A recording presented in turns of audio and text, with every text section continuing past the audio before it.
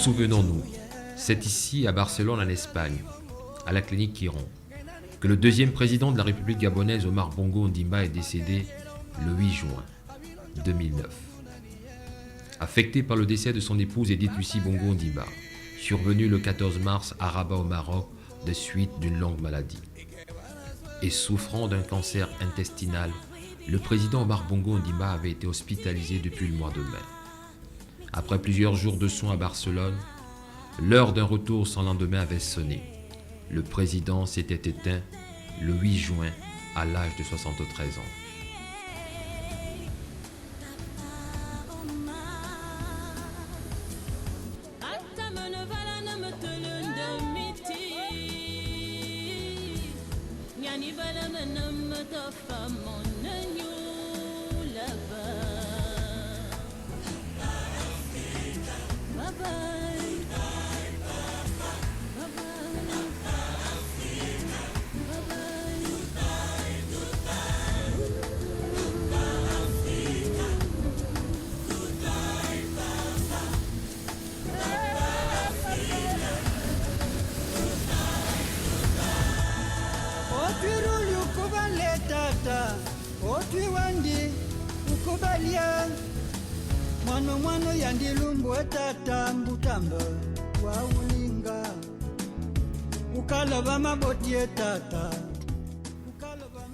Souvenons-nous, à Libreville, capitale gabonaise, les autorités avaient décrété un deuil national de 30 jours. Jamais de mémoire d'homme, le pays n'avait connu une telle atmosphère. Les Gabonais étaient comme dans un état de choc. Pas simplement parce que, pour la plupart d'entre eux, c'est le seul chef d'État qu'ils avaient connu, mais parce que tout le monde reconnaissait les qualités de cet illustre fils du Gabon et de l'Afrique. Le 11 juin 2009, retour de la dépouille du président Omar Bongo Ondimba à Libreville, à bord de l'avion du roi d'Espagne.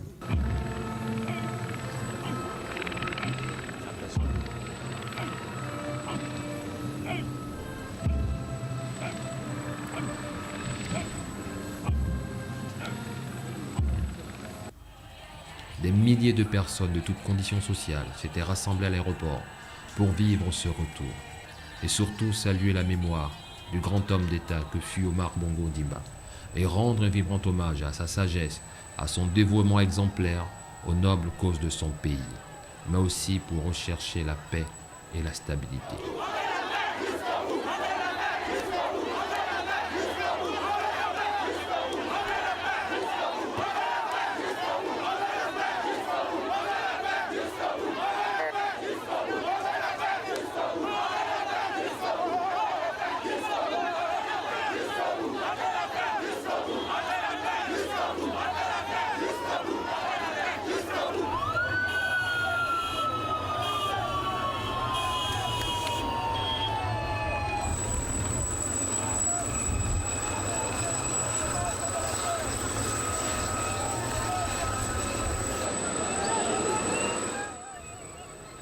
Libreville, réputée en Afrique centrale comme capitale dynamique, semblait comme figée dans le temps.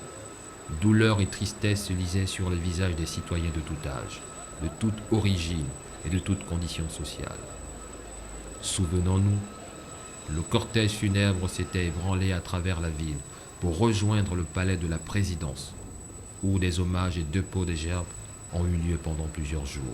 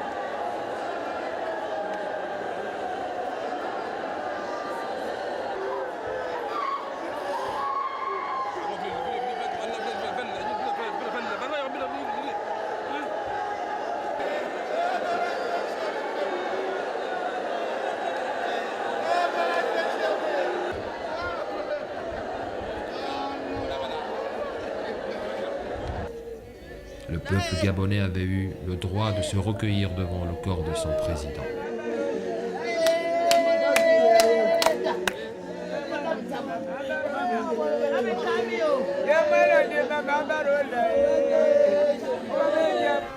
C'était la première fois que la cour du palais présidentiel avait été prise d'assaut par des milliers de compatriotes anonymes. Tous se sont inclinés devant le cercueil placé sous une chapelle ardente. Durant ces jours de deuil, il fallait à chacun beaucoup de patience pour y entrer ou encore sortir. Souvenons-nous, les obsèques officielles se sont déroulées sur plusieurs jours. Parmi les invités de marque annoncés, l'ancien président français Jacques Chirac et son successeur Nicolas Sarkozy. Les présidents Paul Biya, Denis Sassou Nguesso, Teodoro Obiang-Nguema, Idriss Déby Itno, François Bozizé, Thomas Yahi Boni et plusieurs autres chefs d'État et de gouvernement. Du beau monde pour accompagner Omar Bongo Ondimba dans son dernier voyage.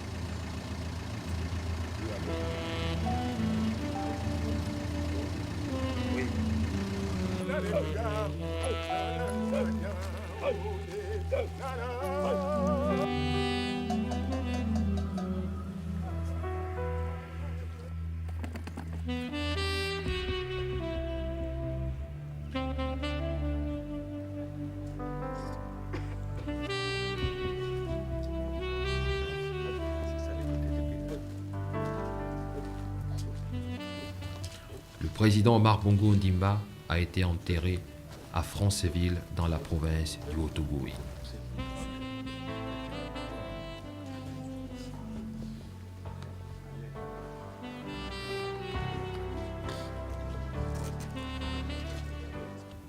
Souvenons-nous, le président Omar Bongo Ondimba était un homme d'État, un homme de haute stature et d'une grande sagesse, qui avait toujours voué à la famille gabonaise et au peuple africain des sentiments affectueux de grande estime.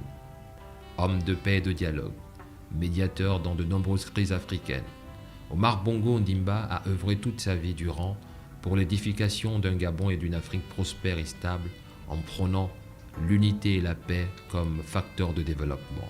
On ne mange pas la paix, on ne mange pas la paix, mais on ne mange pas la paix.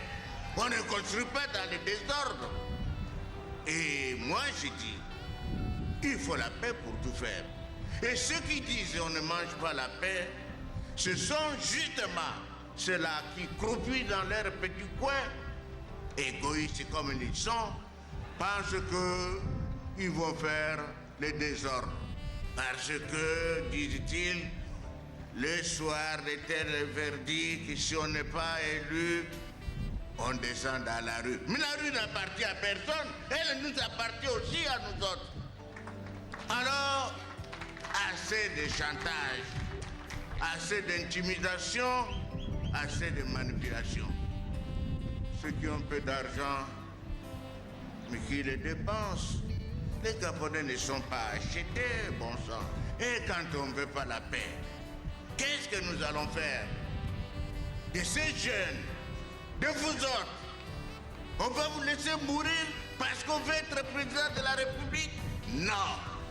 Ça, nous ne l'accepterons pas. Souvenons-nous, le président Omar Bongo Ondimba a laissé au monde une image positive du Gabon et de sa diplomatie. Une diplomatie très active qui a connu ces dernières années une grande présence dans la recherche de solutions aux différents conflits qui émergeaient ça et là sur le continent.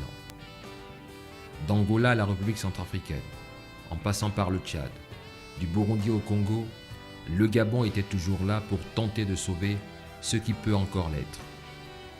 Omar Bongo Ondimba n'a ménagé aucun effort pour dénoncer la politique ségrégationniste du régime sud-africain sous l'apartheid. Il s'est aussi et surtout investi dans une Afrique centrale secouée, où le Gabon est demeuré l'un des rares îlots de stabilité. La paix, était le maître mot de tous ses discours. Le président Omar Bongo Ondimba invitait ses compatriotes à la paix. Souvenons-nous, l'Afrique a perdu un digne fils dont la sagesse et le savoir-faire aura marqué ce siècle.